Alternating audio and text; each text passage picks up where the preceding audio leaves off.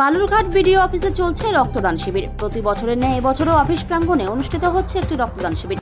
বালুরঘাটের BDO সম্বল ঝা জানান, বালুরঘাট জেলা হাসপাতালে রক্ত সংকট থাকায় রক্তের অভাব মেটাতে অফিস প্রাঙ্গণে রক্তদান শিবিরের আয়োজন করা হয়েছে। তিনি জানান, এবছর রক্তের সংকট মেটাতে 150 ব্যাগ রক্তের লক্ষ্যমাত্রা রাখা হয়েছে। সরকারের বহু দপ্তর থেকে আজ এই রক্তদান শিবিরের অংশ নিয়েছে বলে জানান বিডিও সম্বল ঝা। টার্গেট আছে প্রায় 120-র উপর দেওয়ার, এখনই আমাদের 100-র উপর হয়ে গেছে অলরেডি। তো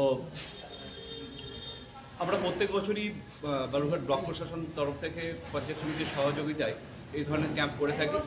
বিভিন্ন লাইন ডিপার্টমেন্ট যেমন কৃষি দপ্তর, বিএলআরও দপ্তর, ফুড সাপ্লাই দপ্তর, তারা আমাদের সাহায্য করে। তাদের সাহায্য নিয়ে আমরা এই ধরনের ক্যাম্প প্রত্যেক বছর জানুয়ারিতে করে থাকি।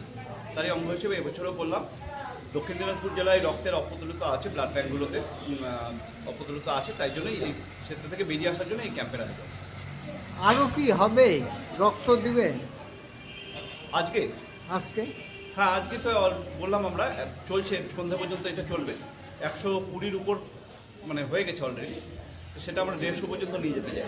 ভবিষ্যতে কি আরও কি হচ্ছে এরকম ক্যাম্প করা কি কোনো হচ্ছে? প্রত্যেক বছর জানুয়ারি মাসে আমরা ব্লক ক্যাম্পাসে এটা করি। এছাড়া আমাদের গ্রাম পঞ্চায়েতগুলোতেও এই ধরনের ক্যাম্প আয়োজন করা হয়। Thank you sir. আপনার নামটা? সম্বল ঝা, ভিডিও বালুরঘাট।